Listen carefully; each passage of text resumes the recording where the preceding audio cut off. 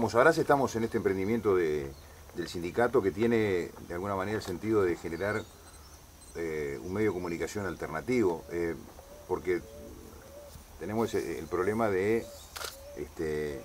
la concentración de información, la utilización solamente de las versiones occidentales de las noticias, digamos.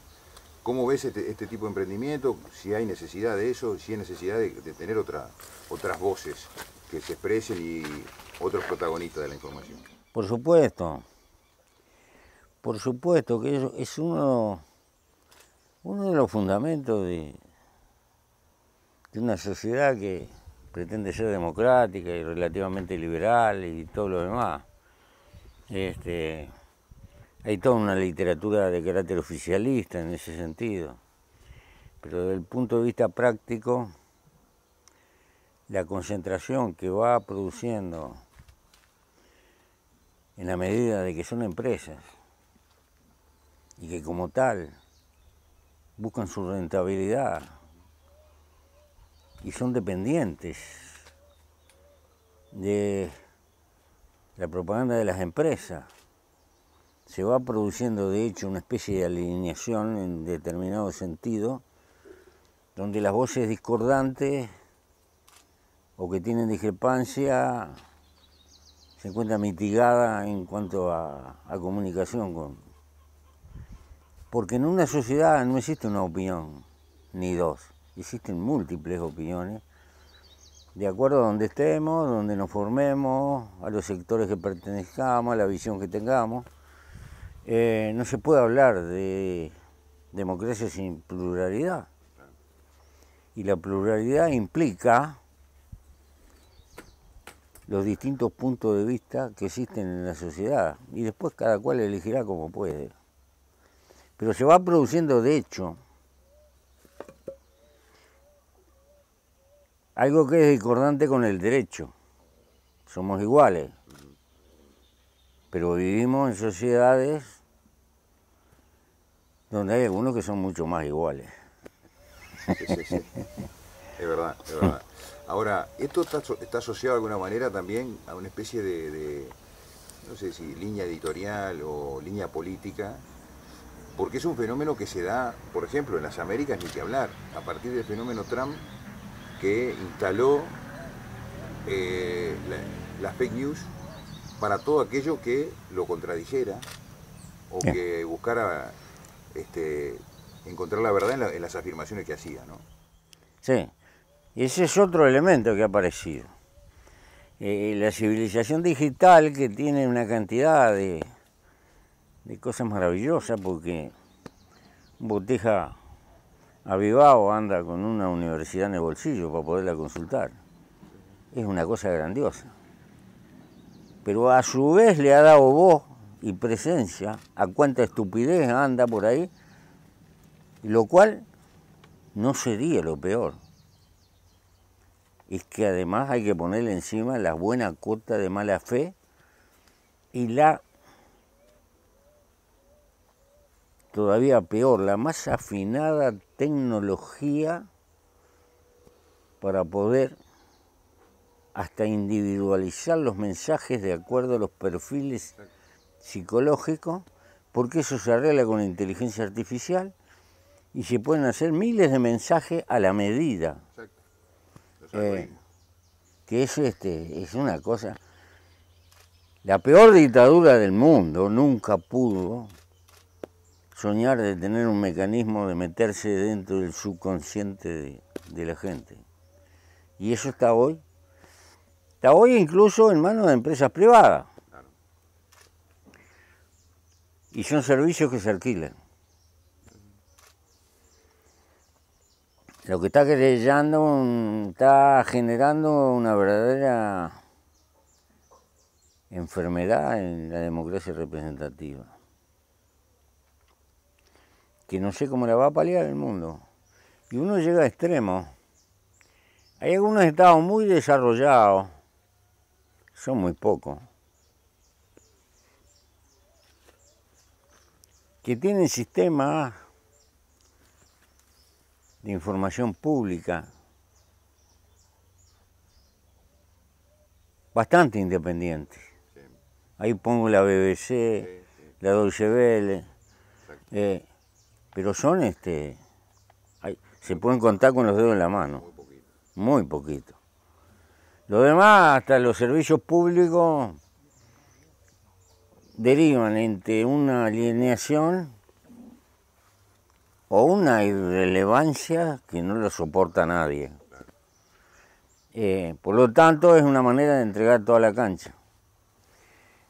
Así que en materia de información, a eso hay que suponerle que son tantas las fuentes, los mecanismos que funcionan, que hay una hiperinformación Exacto. que termina enredando y tapando todo lo fundamental. Los trabajadores, como sector social,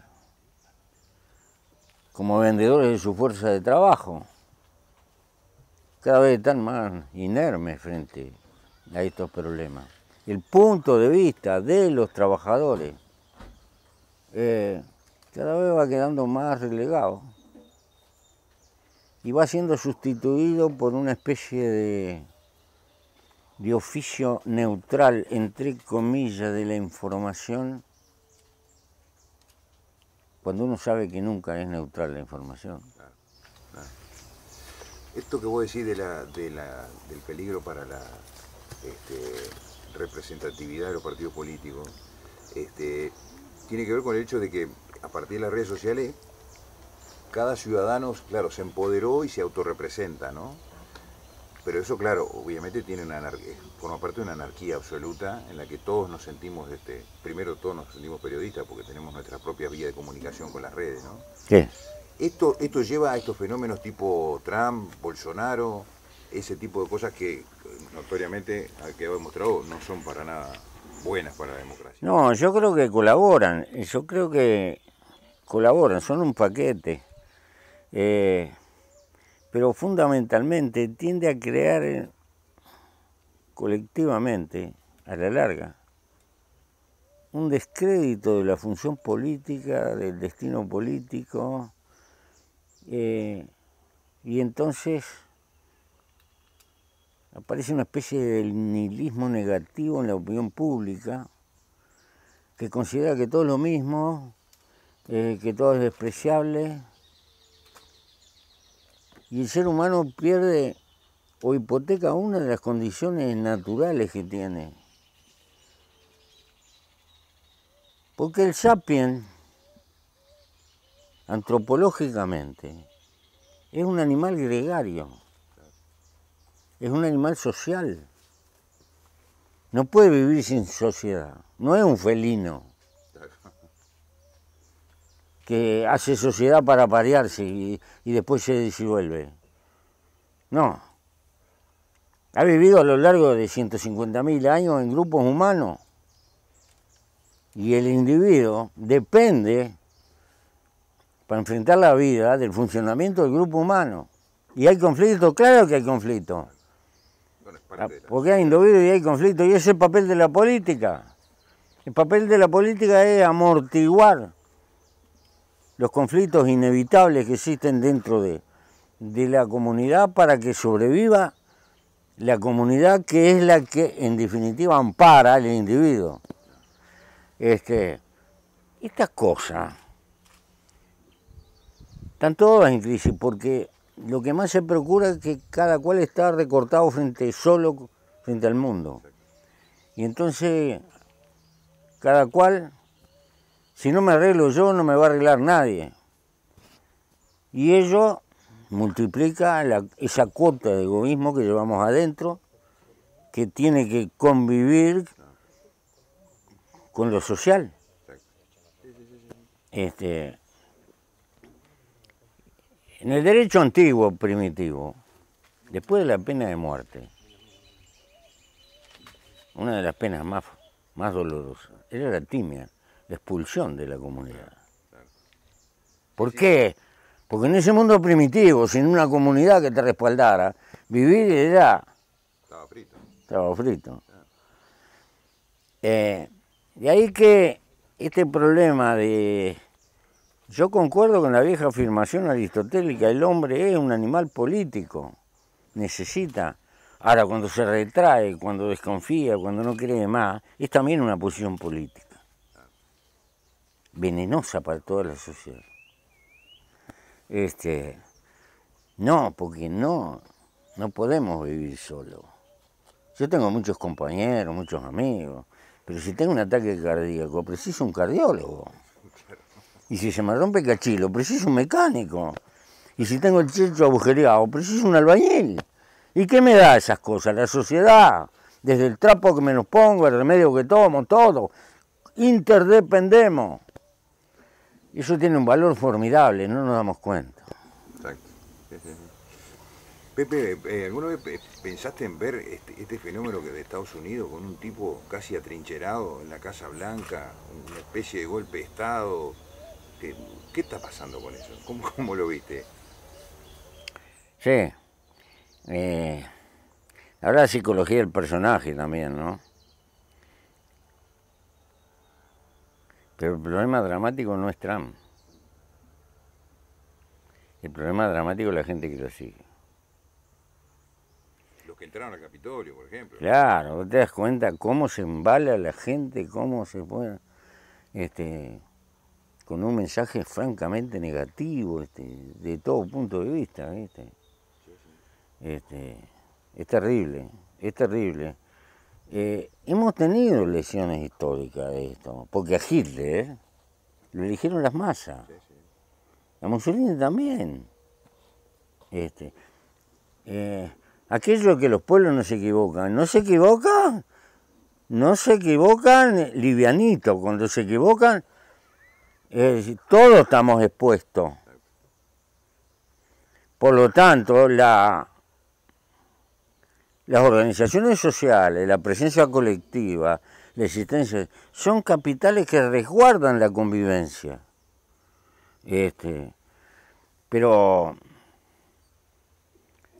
Y son una necesidad humana. Cuando no la tienen, la sustituyen con el Barça, o con el Real de Madrid, o con River. Precisan, aunque no lo sepan, algo que lo junte. Es mejor tener racionalmente organizaciones sociales, sindicatos, que la gente se exprese de alguna manera, que haya vida en la sociedad, pero vida colectiva, que ayuda a mitigar nuestras pobrezas individuales, en las que estamos expuestos todos a caer. Y esto tiene que ver mucho con la construcción del pensamiento que se va formando en una sociedad. De aquí la importancia que tiene la comunicación, los medios. Y bueno, creo que hay una crisis formidable. Sí, y está este fenómeno de los, que bueno, Trump formó parte de eso de alguna manera, ¿no? De los empresarios metidos a políticos que se insertan en partidos de repente ya con tradiciones o si no crean su propio partido de última, ¿no? Esto que hablabas vos de la representatividad y de la importancia de partidos políticos fuertes en definitiva. Este fenómeno ha estado también asociado a eso, ¿no? Sí, desde luego. La política tiene su lenguaje.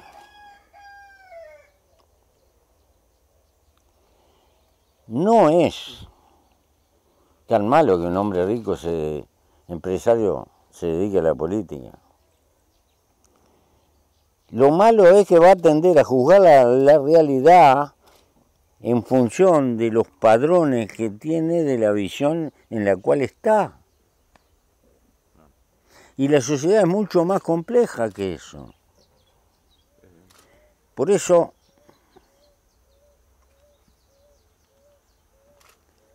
la política en el fondo no es una profesión. La política es una pasión, una entrega o no es.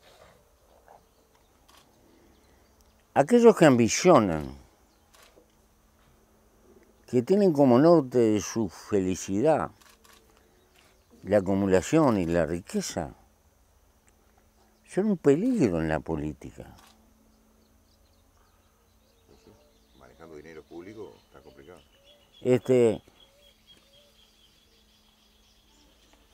No es que sean despreciables, hay gente capacísima, con una enorme capacidad.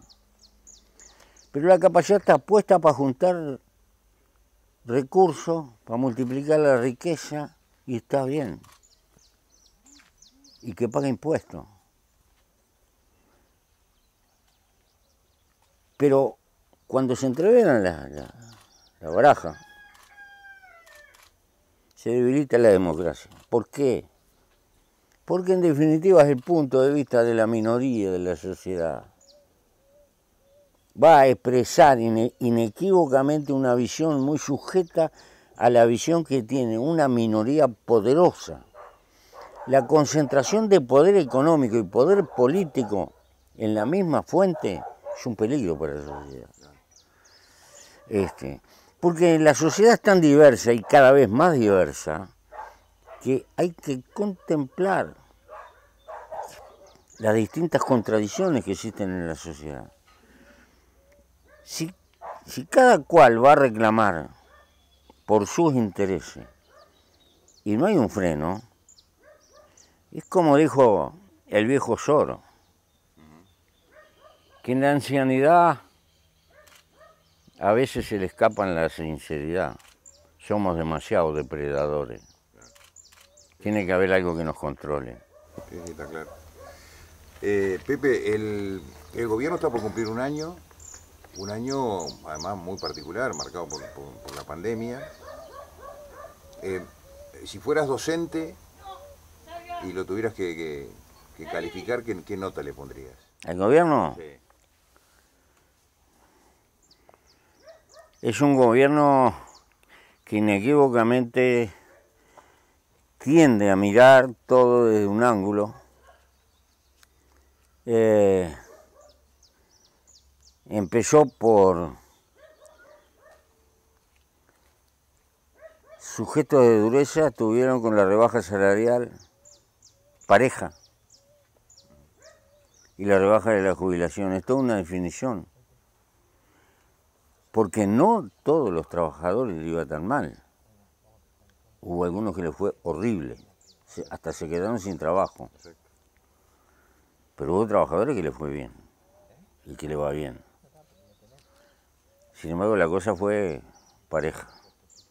Y no fue pareja para arriba. ¿Verdad? Yo creo que no pudo escapar a una visión de clase honradamente que entiende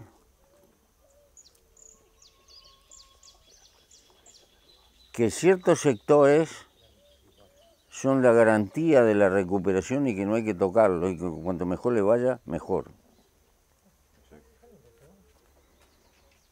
Y se ve con una contradicción con su propio derrotero, porque su visión era que la recuperación de la economía tiene que venir por el lado de la inversión privada.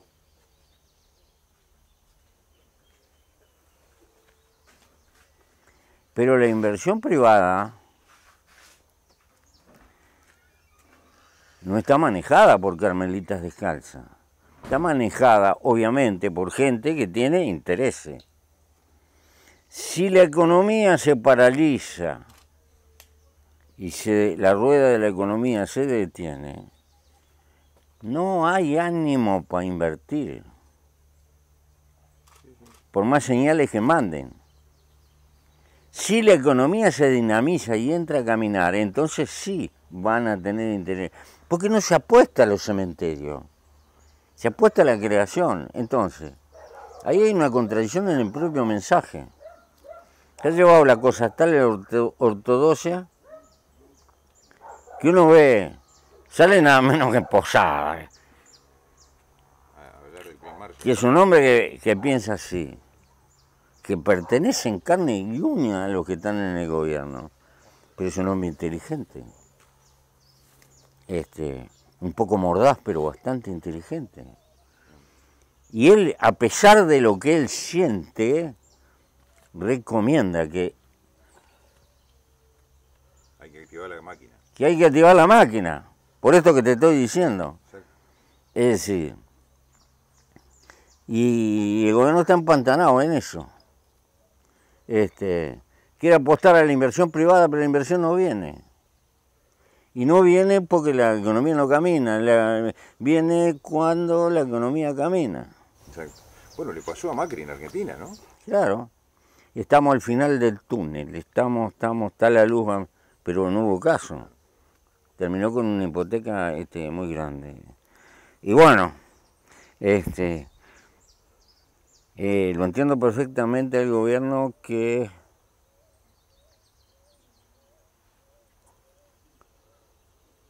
seríamos un pueblo esquizofrénico, que por poesía se nos ocurrió inventar las joyas populares. Sí, claro. No fue un sueño intelectual, una necesidad que tenía la gente. Exacto. Y empezó la gente a germinar como los hongos por ahí, haciendo la cosa. ¿Por qué? ¿Estaba mal un poco el apoyo abajo a los que se quedaron sin laburo y eso?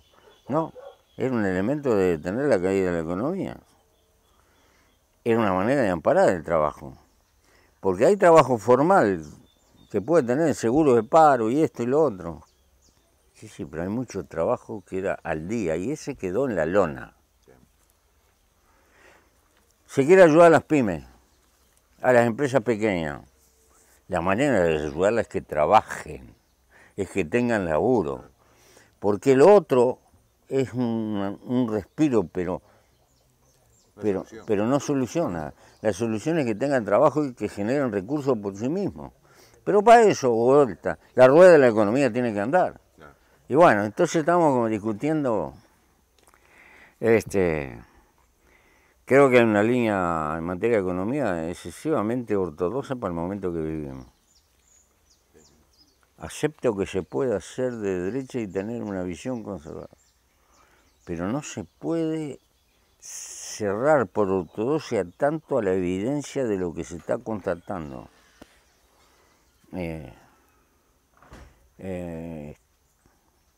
Creo que el mundo está contrayendo una deuda formidable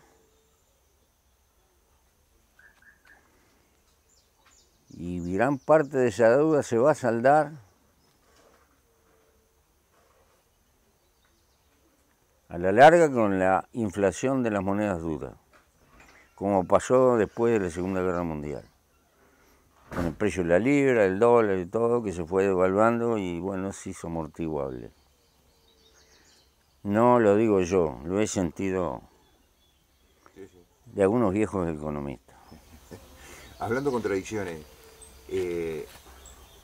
viste que digamos, el gobierno, o la coalición, llegó al poder básicamente con el eslogan de que acá estaba todo mal.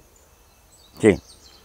Sin embargo, cuando van a salir a los mercados y sacan los informes, destacan la solidez financiera y el buen manejo de la política social. Sí, sí. Hay como una contradicción. Y tiene crédito abierto. Exacto. Al Uruguay le fían, le compran bonos, tiene el famoso investment, etcétera, etcétera. Sí. Pero el gobierno sigue en campaña electoral. Y no digo al gobierno en general, pero da la impresión que le interesa mucho más el poder que la suerte del país. ¿Por qué? Porque la pandemia, por sus características, era para transformar en una causa nacional. Y hubiera tenido apoyo de todo el mundo, seguramente. Pero lo tuvo, de hecho, en la conducta, de hecho. El tener a veces diferencia en una cuestión puntual, eso no quiere decir... Sin embargo, no me entendió. ¿Por qué? Porque la preocupación última es de carácter político de conservar el poder. Y por más vuelta que le den, me parece que es así. Hay algunos analistas que han destacado que este gobierno lo que tiene además es un excelente manejo de la comunicación y de, por supuesto en este caso, además, con medios, grandes medios afines, en definitiva. Sí. Obviamente, durante 15 años el diario El País se dedicó a combatir al Frente Amplio en sus editoriales todos los días, ¿no? Sí. O sea que eso no es un dato inventado, es absolutamente objetivo, quiere decir que hay afinidad en los grandes medios. ¿Ves que hay, de ese punto de vista, como una especie de gran agencia de publicidad que está? Sí, sí, no, da la impresión de que es un gobierno manejado por una agencia de publicidad eficiente, notoriamente, y trata de sacar partido con todo, evidentemente. Es parte, interesa, más que gobernar, interesa hacer propaganda, de destruir al adversario en todo lo que es posible. Le preocupa mucho más que arreglar los problemas del país. Bueno, lo dijo el otro día Botinelli, ¿no? Dijo que hay una decisión de que el Frente Amplio nunca más sea gobierno, ¿no? Y te voy a dar una promesa. Esa audacia de Botinelli le taló la candidatura que tenía para la Corte Electoral. Lo vetaron de la torre ejecutiva, sí. Van a decir que no, pero yo sé que sí. Sí, fue muy gráfico, ¿no? Fue muy contundente. Pero de última, hasta uno diría, bueno, es consistente con lo que está pasando, ¿no? Sí, sí, claro. Es así. Es así, pero... Y va a mantener ese tipo de características.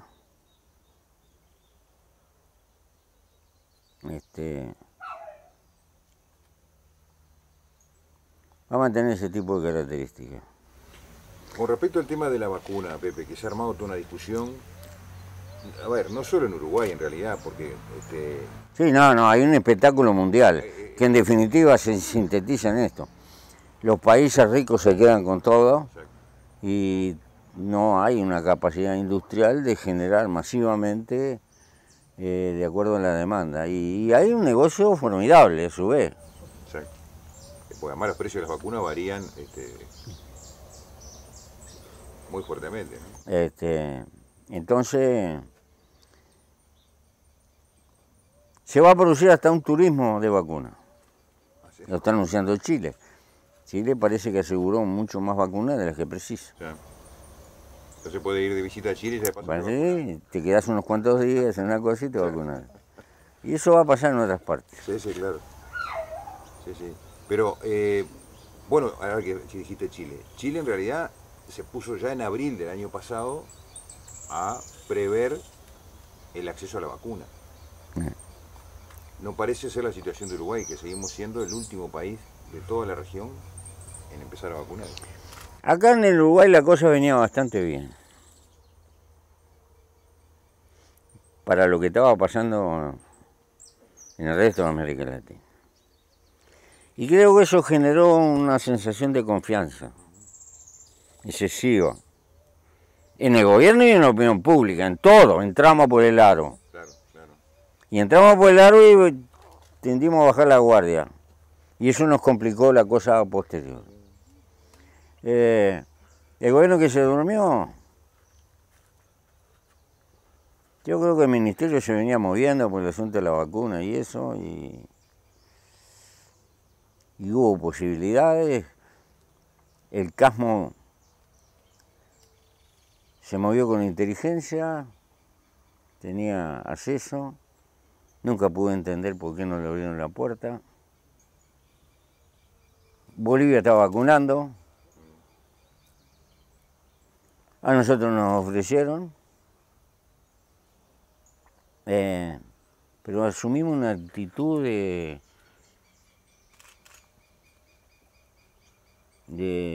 al parecer de nacionalismo quisquilloso o algo por el estilo, no sé. Creo que el interés de las disputas entre las propias empresas y algunos... Putin no tuvo gollete con ponerle Sputnik al nombre de la vacuna también, politizó todo, al pedo, no tuvo gollete. El asunto que lo que pasa es que los pueblos más pequeños, más pobres, con más dificultades, van a vacunar al final. y me quedé al helado. El otro día en The Economist salió la información que ellos valoran de que Uruguay va a terminar de vacunar en el 2022.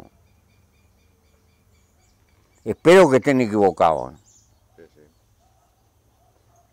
Y si el gobierno puede resolver las cosas en 2 meses, lo aplaudo. Pero nos dormimos. Y camarón que se duerme se lo lleva a la corriente. Y además es triste el papel de América Latina. Hasta los africanos nos están dando una lección, porque la Unión Africana compró 230 millones de vacunas, comprometió en una cosa. Fueron todos. 54 países. Hasta con lenguas que ni se entienden y quieren una cosa se pusieron de acuerdo. Y los latinoamericanos, que hablamos la misma lengua prácticamente, no podemos juntarnos para tener un cierto peso internacional de hacer este asunto. Es lamentable. Sí, sí, sí. Lo que pasa es que ha primado de la ideología, bueno, esto que vos decís, de ponerle Sputnik, caló para adentro, ¿no? O sea, hay un tema ideológico muy fuerte en toda esta cuestión. Sí, seguro. Pero hasta hace poco la señora Merkel, que no creo que tenga mucha simpatía con Rusia, dijo que ayudaba porque se da cuenta que cuanto más vacunas hay, más, ¿no? Ahora Paraguay acaba de hacer un compromiso con Sputnik por 1 millón y pico de, qué sé yo. Dentro de 2 años te van a vender vacunas en la feria. Sí, claro. Y te van a decir, por docena te hago precio. Claro, claro. Ahora, hubo ofrecimientos concretos a Uruguay Sí. para incluso producir la vacuna. Sí, sí, sí. En algún momento se debería atender esto, digamos, no pensando capaz ahora puntualmente en esto, pero esto evidentemente llegó para quedarse, o sea, y si no es esta, va a ser otra pandemia, otra cosa, otro virus, otra gripe, otra dificultad. No, tras cartón está la salud animal. No sé, el Uruguay debe importar 10, 12 millones de vacunas solamente por las tosas. Después no sé lo que pasa con el mundo aviar. No sé, es decir, la fabricación de vacunas es un rubro formidable y una necesidad del mundo contemporáneo en todas partes. Y además en el Uruguay históricamente se fabricaban vacunas.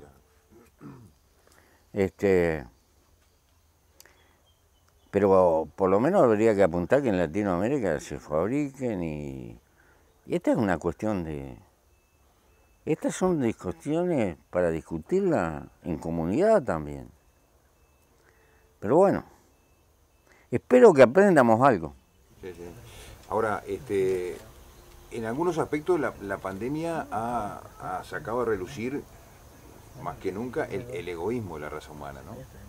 Lo que tú decías, los grandes países dijeron, esto es para mí, y se lo acorralaron sin pensar en absoluto en los países más pobres, o en la posibilidad de decir, bueno, repartamos un poco, pero como sociedad, el hecho de que haya gente que, por ejemplo, no toma ningún reparo porque le importa realmente muy poco lo que le pase al vecino, ha denudado un egoísmo bastante más complicado, ¿no? Sí, sí, yo creo que las sociedades humanas se reflejaron en el espejo de la historia. Demostramos lo que somos. Que la solidaridad, que los derechos humanos, que todo eso, está todo muy lindo. Pero cuando las papas queman, cada cual piensa en su rancho, en sus cortos intereses. Es así. Es bueno saber en el mundo en el que vivimos. Y para los países que somos pequeños también poner la vara en remojo. Creo que es también una lección que tenemos para aprender. El mundo no es tan solidario como pensamos, ¿no? Como se dice. Y los uruguayos tampoco somos tan Tampoco.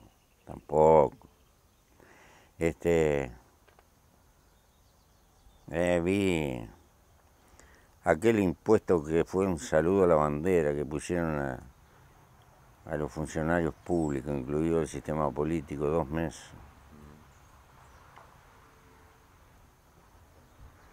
Había gente que ladraba como... Claro. Sí, sí. Si en un momento de crisis lo que tienen un ingreso más o menos, no tienen... también nos desnudamos lo que somos. Sí, sí. Pepe, vos en algún momento dijiste, bueno, si el Frente Amplio pierde el gobierno no hay ningún drama. Bueno, se tendrá que recapitular, hacer autocrítica y ver cómo se sigue para el futuro. A la luz de lo que está pasando, uno diría, bueno, capaz que está complicado por el tema del retroceso que puede haber en una cantidad de cosas que se lograron. Ah, sí. No. El costo no lo paga el Frente. El costo lo paga la suerte de la gente. Y sobre todo la gente más sumergida, la que vive al día, los escalones. Hay una tenue clase media que va a caer en la pobreza. Y hay una pobreza que va a caer en la indigencia. Que apostamos que se pueda recuperar. No es sencillo. Vamos a tener por lo menos un costo social grave. Porque además el peso del golpe, uno piensa que los hombros más fuertes son los que más tendrían que haber puesto. Y esa no fue la actitud que se asumió. ¿Te parece que el Frente aprendió la lección, digamos, y que puede volver a ser gobierno en el próximo periodo? No sé. Hay muchos imponderables que no lo dominan. El Frente tiene que insistir, tiene que seguir luchando, tiene que recomponerse. Pero lo importante no es el Frente en sí, sino las causas que puede sustentar. El problema está ahí.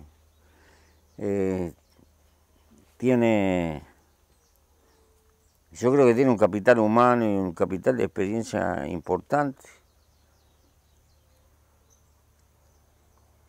Y tiene que no olvidar alguna lección que nos costó aprenderla mucho a lo largo de la historia. Es un frente y representa cosas diversas que en alguna medida tienen que empalmarse y que es fuerte en la medida de que conserve ese capital que costó mucho, que se llama la unidad con la diversidad. Pero hay problemas que van más allá del frente, que son de la etapa de la historia en la que está entrando aceleradamente y la humanidad. Hay una nube de problemas que aparecen. Nunca los seres humanos tuvimos tanto conocimiento y tantas herramientas. Pero la política era, en gran medida, el arte de poder analizar con el apoyo de elementos lo más cerca de la verdad posible y tomar decisiones en función de un análisis racional. Pero son tantos los factores que están jugando hoy que además interactúan entre ellos, donde si ha crecido enorme la zona de lo que vemos, mucho más creció la zona de lo que no vemos. Lo que más crece en el mundo contemporáneo es la incertidumbre. Hablando claro, lo que mierda va a pasar. Claro. ¿Cómo voy a vivir? Cada vez más difícil. Claro. De verdad. Y hay que tomar decisiones. porque la vida continúa. Pero eso significa que estás expuesto a tomar decisiones que después las tenés que rectificar. Y estas cosas. No se pueden apostar todos los boletos a una sola cosa.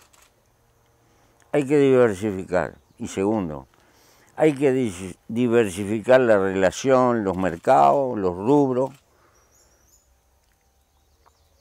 Y hay que conciliar una política de reparto que permita que la economía también funcione. Acá hay un antagonismo. Si reparto mucho, la economía se tranca. Si les dejo tragar a dos carrillos, se me jode el reparto y también la economía se tranca. ¿Cómo mantenemos un equilibrio? Bueno, todo eso está en jaque. Y eso nos genera lío por todas partes. Sí, sí, sí. Y además tenemos el tema, esto que vos planteabas hoy, la enorme desigualdad que hay en el mundo. A partir de... Con 50 familias, ahora tenía un dato acá, 50 familias tienen 681 mil millones de euros de fortuna. 50 familias. Sí, sí. Sí, sí. A partir del año 85, o por el 90, aumentó el nivel de concentración de la riqueza en forma formidable. En América Latina, cada 2 o 3 días hay un nuevo 1000 millonario. A pesar de la pandemia. Sí, sí, claro. Con pandemia y todo. O, ¿viste la cifra de los bancos? En Uruguay un desastre, un montón de gente sin trabajo, todo eso, pero no le fue mal a los bancos. Ganaron 800 y pico de millones nada más. Nunca le va mal. ¿Viste? Bueno. Sí, vivimos en un mundo donde ha aumentado mucho los recursos por todas partes, pero mucho más proporcionalmente aumentó la concentración de la riqueza. Y ese es un problema para la política. La excesiva concentración de la riqueza es una forma de concentración de poder. Sí, sí. Bueno, tenés multinacionales que tienen una facturación anual mayor al PBI de Uruguay, ¿no? Por supuesto. Lo tenés al propio mexicano Slim, que por año gana más que lo del PBI de Uruguay, ¿no? Por supuesto. Por supuesto. No. Ese es el mundo en el que vivimos. Y el problema de una creciente desigualdad exacerbadamente. El mundo está viviendo un periodo como vivió entre 1880 y 1914. Antes de la Primera Guerra. Sí. Ahí hay un momento de concentración de la riqueza que fue brutal. Ahora entró a vivir una etapa. Porque la fiscalidad progresiva, es decir, que pague más el que tiene más, eso no se inventó en el Uruguay. No, claramente. Eso se inventó en el mundo rico, eso se inventó en Estados Unidos, eso funcionó en Europa y eso es el fundamento del desarrollo de la socialdemocracia, el estado de bienestar, tiene ese fundamento. Pero la progresividad fiscal quedó en tela de juicio a partir de 1800 1090, es al revés. Entonces, ese es un elemento de distribución de la riqueza. Ello significaba fuertes impuestos a las herencias grandes, etcétera, al punto de que los estados europeos en 1960, 1970,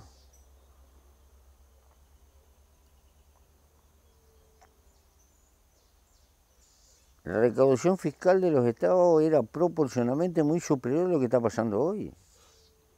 Ahí hubo una retracción. Estas cosas la gente no está informada. Claro.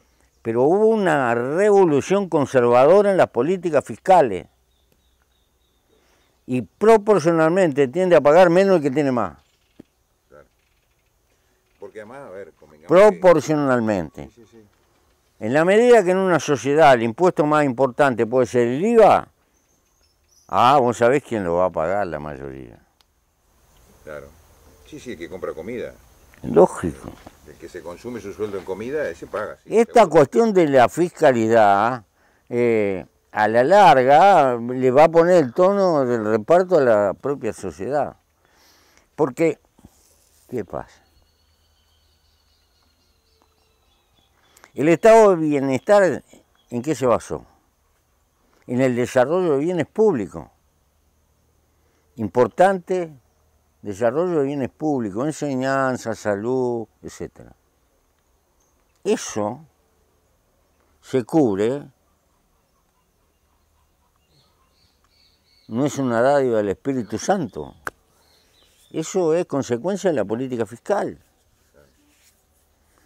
Se dice que el modelo más, el país más equilibrado que hubo en la historia de la economía de Colorado fue Suecia 1980.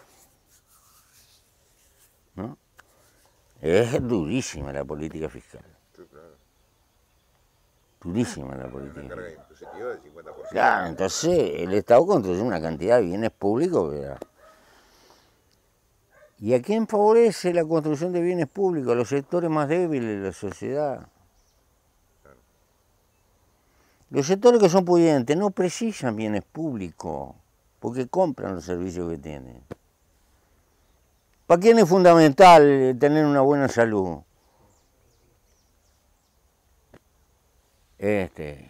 Y etcétera. Entonces, estas cosas son centrales. Ahora, ¿qué pasa? Cuando empieza la política de competencia, hay que bajar el costo del Estado. Seguro, ahora tienen que pelear con el monstruo que es el Estado chino. Claro. Tiene baja presión fiscal.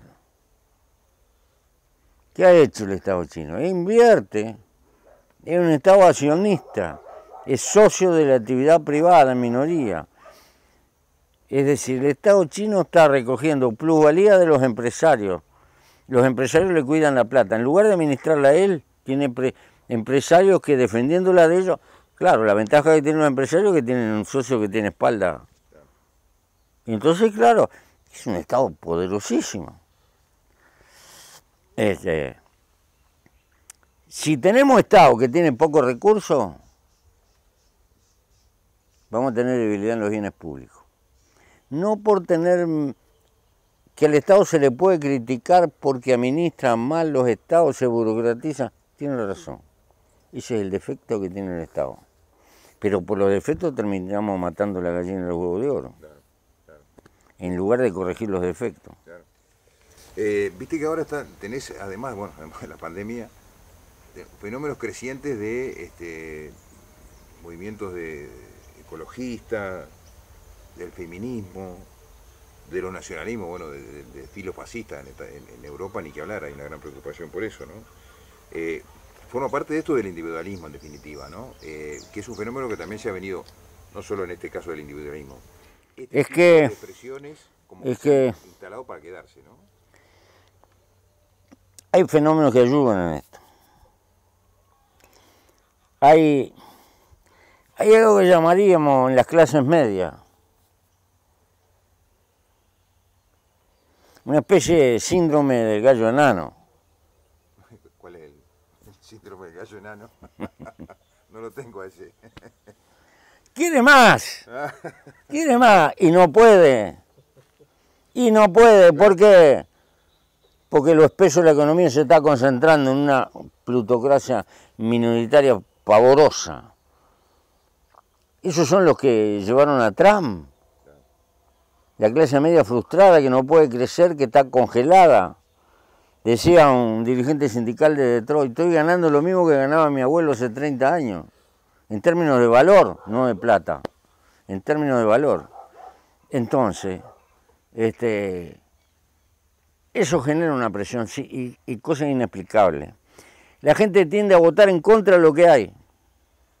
Esa clase media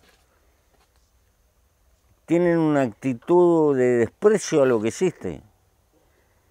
Y no sabe mucho a favor de qué vota, pero vota en contra de lo que hay. Eso se expresó en Estados Unidos, se expresó en Francia. Macron salió como atrás de un palo. Arrasó con todo, con los partidos más viejos de Francia y todo lo demás. Y al poco tiempo los chalecos amarillos en la calle. ¿Vos creés que en México se transformó de izquierda a México para llevar al veterano este? No, la gente votó contra el PRI. No tiene muy claro lo que votó, lo mismo que pasó en Brasil con Bolsonaro. Una reacción de inconformismo, porque esa acentuación de la concentración de la riqueza está frustrando a las clases medias. Y se la agarran con el de abajo.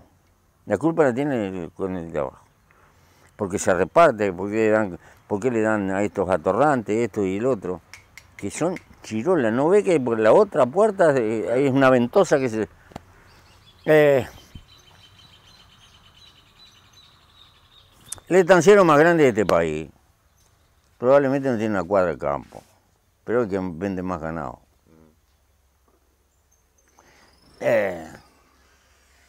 Los agricultores y están con un alambre como los lleva Cargill y esto y el otro. Al final vos ves que gran parte del esfuerzo de esa clase media, que a veces es conservadora, pero se rompe el alma, queda frustrado porque hay una ventosa que le traga el excedente por todas partes. Sí. Decime, esto del fenómeno cabildo abierto, ¿se enmarca en esto de la discrepancia, la necesidad de buscar una... Expresa un fenómeno que tiene un tinte nacionalista, por un lado, y que está expresando también la frustración que tienen muchos de esos sectores. Ahora hay un combo ahí, cayó de todo. Hay un combo ahí de todo. Yo creo que se está configurando. A Manini más o menos lo conozco. Él tiene un pensamiento de carácter nacionalista, de un nacionalismo más o menos popular, pero se le ha juntado gente que salió en una vuelta, salió uno en el Senado defendiendo a Isabel, la reina católica, y sentido ibérico, claro. Es bravo de tipificar. La última, Pepe. ¿Está ahora al frente los movimientos sociales, la intersocial, en esta juntada de firma? ¿Te parece que esa batalla puede tener resultados? Digamos, ¿es necesario darla, por lo menos darla? Sí, yo creo que hay que darla. Por un lado por el contenido y por otro por la forma. Por el contenido, porque no tiene gollete la cantidad de leyes que en 45 días se facturaron. Que están metidas dentro de la luz. Que están metidas dentro de la luz. Y abre una puerta como recurso peligrosísimo para el futuro del país. Mañana si ganamos nosotros, ¿qué hacemos? ¿Una contraluz? ¿Hacemos una luz? ¿Al revés? Para echar todo para atrás. Claro. ¿Y un país puede andar así a los bandazos, de un lado para el otro, de la noche a la mañana?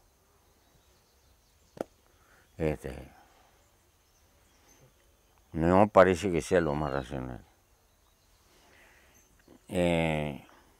Y además que el país está perdiendo una de sus tradiciones.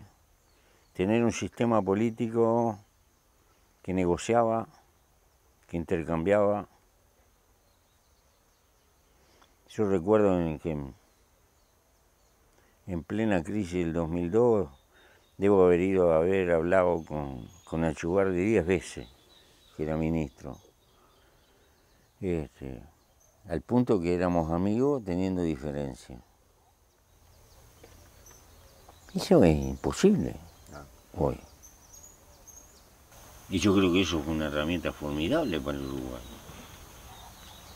Juanjo Ramos estaba a cada rato hablando con el ministro. Estamos perdiendo eso, que fue una tradición del Uruguay. Y bueno, por la forma, tampoco existe una manera política de funcionar por efecto de la pandemia. La pandemia es blanca. Tiene color. La pandemia es una mano garra del gobierno. Porque tiene maniatado todo el movimiento social y todo. No te podés juntar, no te podés reunir, no podés hacer calle, no podés todo lo Es curioso, lo que fue malo para el país le vino macanudo. Claro, claro. Sí, sí, sí. Bien, y ahora además se está encarando algo de lo que vos hablaste muchas veces, ¿no? Pero se está encarando y no queda claro que sea de la mejor manera la famosa reforma jubilatoria, ¿no? Que ese es un gran tema.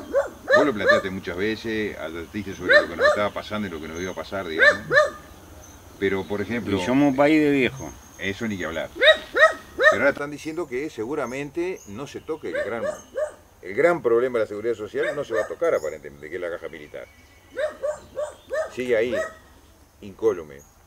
No se va a tocar la caja militar y no se van a tocar la caja profesional y los universitarios ni nada. Nada de eso se va a tocar, probablemente.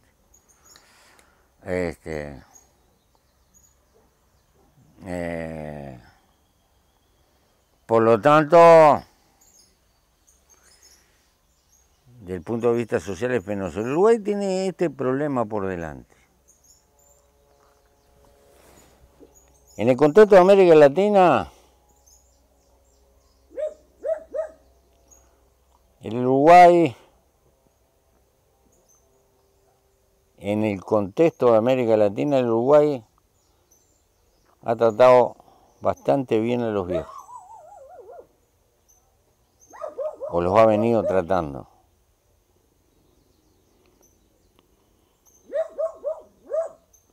Y ha sacrificado a mucha gente muy joven. Pero, ¿se va a mantener eso? No sé. El problema que tenemos es lo siguiente, hay que entenderlo. La seguridad social por sus recursos propios no puede mantener la situación de los viejos. No dan las cuentas de ninguna manera. No dan las cuentas. Y lo que le aportamos jamás cubre lo que recibimos proporcionalmente. Quiere decir que hay que sacar de otro lado para bancar a los viejos. Pero Uruguay no quiere asumir esa realidad y hablarla con claridad. Entonces, ¿por qué? Porque está el famoso costo país. No podemos tener un país con justicia social que reparta, que no tenga costos que encarezcan. Sí, es cierto. Uruguay es un país caro. Es un país caro porque tiene una cantidad de bienes públicos que si sacrificamos los bienes públicos, bueno, ya sabemos, se va a joder la inmensa mayoría de la gente. Así nomás. Y parece que no se puede decir la verdad. Hay miedo de decir la verdad. Pero esa es la verdad. Yo no veo que la recaudación que se pueda tener de los mecanismos recaudatorios pueden servir como para cubrir medianamente decente la vida de los viejos. Es un verdadero desafío. Y, por lo tanto, la decisión va a ser política. Sí, sí, no técnica. No, al final se va a discutir todo lo que quiera, pero lo técnico podrá poner los elementos. Va a haber que tomar opciones que son políticas. Pero bueno.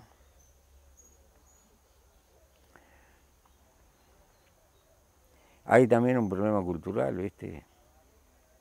Estamos inmersos en una época con una fuerte presión que hace de nuestra vida que confundamos que felicidad es comprar cosas nuevas, permanente y permanente, y nos transformamos inequívocamente en pagadores de cuotas, pa.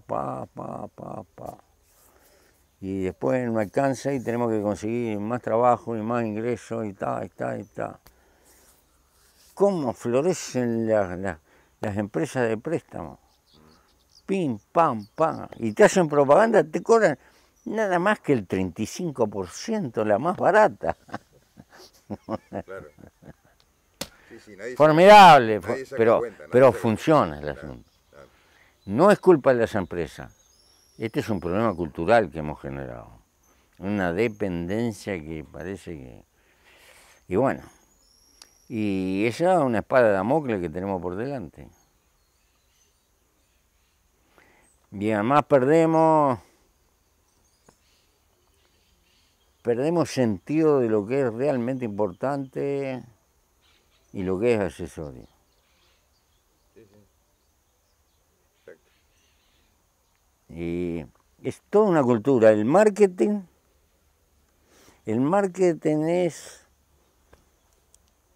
es la ciencia llena de arte para tener a la gente ensartada, persiguiendo la felicidad, comprando cosas nuevas. Que la paga con el tiempo de la vida que tiene que trabajar. Uno de los casos paradigmáticos, los trabajadores de la salud, lograron una conquista formidable, las 6 horas de trabajo. ¿Qué hicieron? Se consiguieron 2 trabajos, cuando no 3. Sí, claro. Entonces están peor que antes. Claro, en lugar de trabajar 8, trabajan 18. Están peor que antes. Claro. No, lo que estoy diciendo no es crítica, estoy diciendo la brutal dominación subjetiva que impone esa cultura marketinera en la que estamos rodeados, que es fácil de criticar, pero que si al nene, ¿por qué le compraste estos championes? Y si el nene quiere aquello y esto y el otro y pim, pa, y tener un lío con la doña y pa, por favor. No. Es el drama que hay en cada uno de los hogares. Porque si no sería una risa. Claro. Bien. Pepe, te agradezco mucho por esta charla. Todo esto que te dije al final es por lo siguiente, como decía la murga, si no cambias vos, no cambia nada. No cambia nada. El problema está acá, en la cultura. Bien. Bueno, gracias, Pepe.